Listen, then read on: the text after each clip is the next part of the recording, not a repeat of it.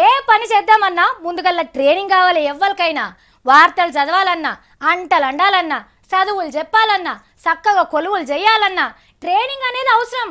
అందుకే ఈ నడుమ పెద్ద పెద్ద కంపెనీలు కూడా 6 నెలలకోపారి 3 నెలలకోపారి కొలువులు చేసేటోళ్లకు ట్రైనింగ్లు ఇస్తుంటారు.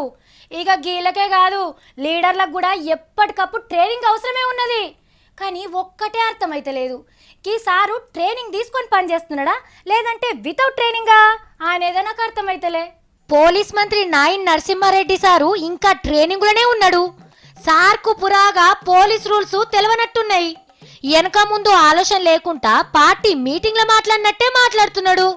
మొన్న గా పోలీసులను చంపిన బద్మాష్ గళ్ళ గురించి ఏమన్నాడో అయినుండ్రి. ఈ దొంగలైతే ఉన్నారో కానీ వీళ్ళు ఉత్తరప్రదేశ్ దొంగలు గారు, దేశాన్ని నాశనం చేస్తేందుకు తిరుగుతున్న బట్టెవాష్ గాళ్ళు. ఈ ముచ్చట పురాగా దొరకబట్ట కన్నా ముందే నరసన్న నోరు జారిండు.